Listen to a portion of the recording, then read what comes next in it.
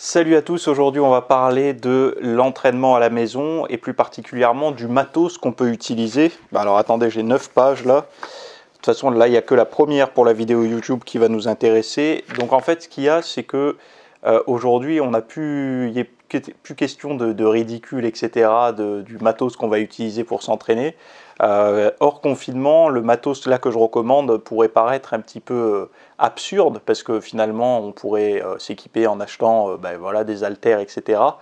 La question ne se pose pas réellement puisqu'on ne peut pas s'entraîner avec du matos qu'on irait acheter puisqu'on ne peut pas aller acheter de matos à l'extérieur. Donc j'ai essayé de regrouper le maximum d'informations pour vous permettre de créer votre propre matos avec du matos qu'on pourrait avoir chez soi. Alors là dans la vidéo YouTube il va y avoir je vais vous donner 4 tuyaux, 4 petits conseils pour vous entraîner et je pense que c'est des conseils qui sont assez intéressants. En tout cas je les ai pas vus en tout cas pour 1, 2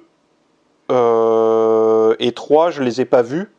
Mais il y en a un quatrième peut-être qui a été mis, que vous connaissez déjà.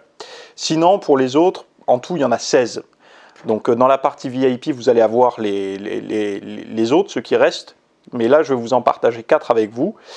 On va démarrer tout de suite avec le premier équipement que pratiquement tout le monde peut avoir chez soi et qui va permettre de travailler par exemple les avant-bras et voire même aussi les épaules. C'est tout simplement un marteau.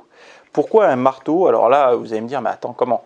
Alors le marteau déjà, selon la taille du marteau que vous avez, vous pouvez faire des élévations latérales, etc. Mais ce qu'il faut voir en fait, c'est que le marteau par son manche, avec le porte-à-faux, ça augmente la difficulté. C'est-à-dire que si vous le prenez au bout du manche, vous allez voir que c'est plus compliqué. Et donc du coup, le fait d'avoir cette masse au bout du manche, si vous calez sur votre genou par exemple, avec le marteau dans la main, vous pouvez travailler les avant-bras comme ça.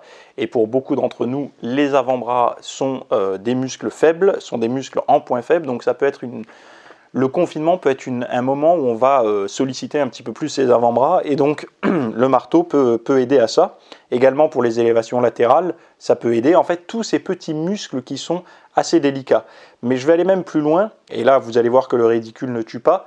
Vous prenez des vieilles baskets, vous scotchez le marteau sous la basket avec la tête du marteau vers l'avant et vous pouvez faire des relevés en fait de pointe de pied pour le muscle à l'avant du tibia, vous savez.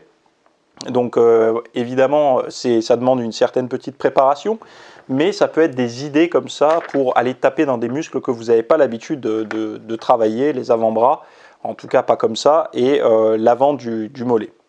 Deuxième petite technique que je vous recommande ici, c'est de prendre deux sacs poubelles. Alors un premier, vous allez, je ne sais pas, si vous avez du terreau dans votre jardin ou du sable, enfin voilà, il faut de la terre, du sable ou des cailloux.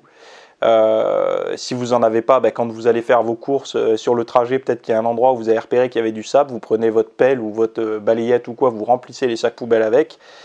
Et en fait avec ça va vous permettre, donc dans un premier sac vous le chargez de sable, le deuxième sac c'est pour mettre une sécurité, c'est-à-dire que ça soit plus renforcé, et ces deux sacs là en fait qui seront remplis, vous les mettez dans un sac de sport type, vous savez les gym bags là, les gros sacs de sport. Ça va vous permettre de faire plein d'exercices du style voilà, des fentes marchées, des relevés du tirage menton. Vous pouvez même faire du curl pour les biceps, comment dire, ça a un nom ce mouvement, vous savez, où l'épaule est jetée là, vous savez, où vous faites des mouvements comme ça. Enfin bon, bref, une fois que vous avez votre sac lesté, vous allez voir que vous avez tout un panel de mouvements à disposition, et donc du coup ça vous permet d'avoir quelque chose de lesté et quelque chose de assez malléable, parce que quand vous le chargez avec du dur, la charge est mal répartie. Là ça vous permet d'avoir une charge assez répartie. Troisième petite astuce que vous pouvez avoir, alors moi je recommande pas forcément d'utiliser ça, l'idéal ce serait d'utiliser que ça pour vous lester, parce que c'est plus intéressant, mais ça demande une certaine préparation. Si vous avez chez vous des ballons, vous savez, pour les anniversaires, etc., ou un stock de capotes illimité ou alors tout simplement des sacs congélation zippés. Et bien ce que vous pouvez faire, c'est que ces sacs-là, vous allez les charger de sable ou d'eau, pour si c'est des trucs congélation que vous mettez au congèle après. Mais bon, moi je vous recommande plutôt de mettre du sable ou de la terre dedans.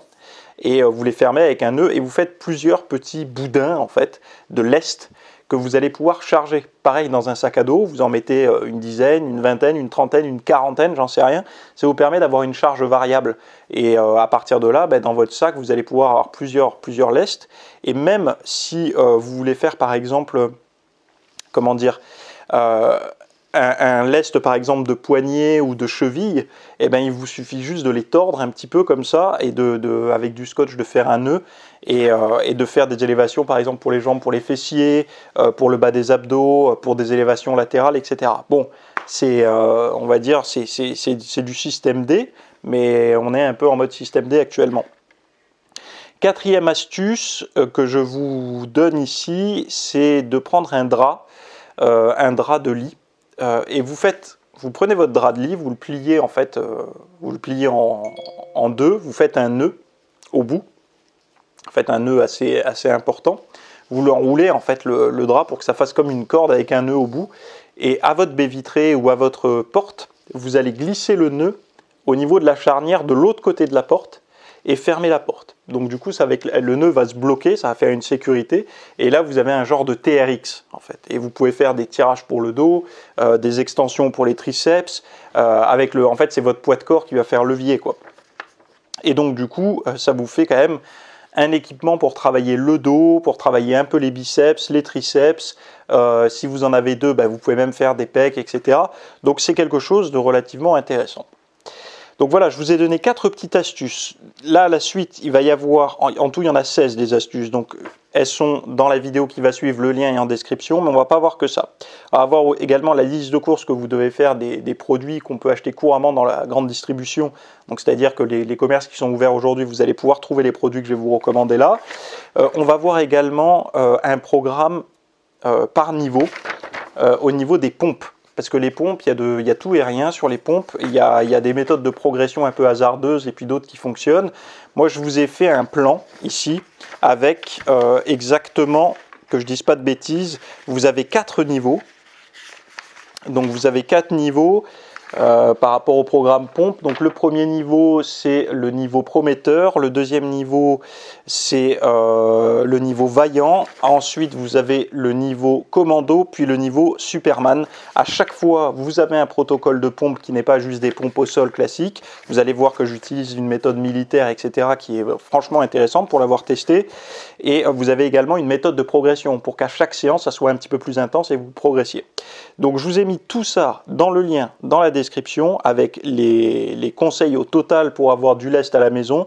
Le but, encore une fois, c'est de pouvoir vous entraîner convenablement, même si vous n'avez pas de matos, si vous n'avez pas pu prévenir le confinement, vous n'avez même pas un haltère à la maison, là au moins ça va vous permettre d'avoir quelque chose pour vous entraîner correctement. Voilà. J'ai tout dit, le lien est en dessous, on se retrouve tout de suite pour la suite, et pour ceux qui sont déjà sur le site en version VIP, la vidéo continue d'une traite.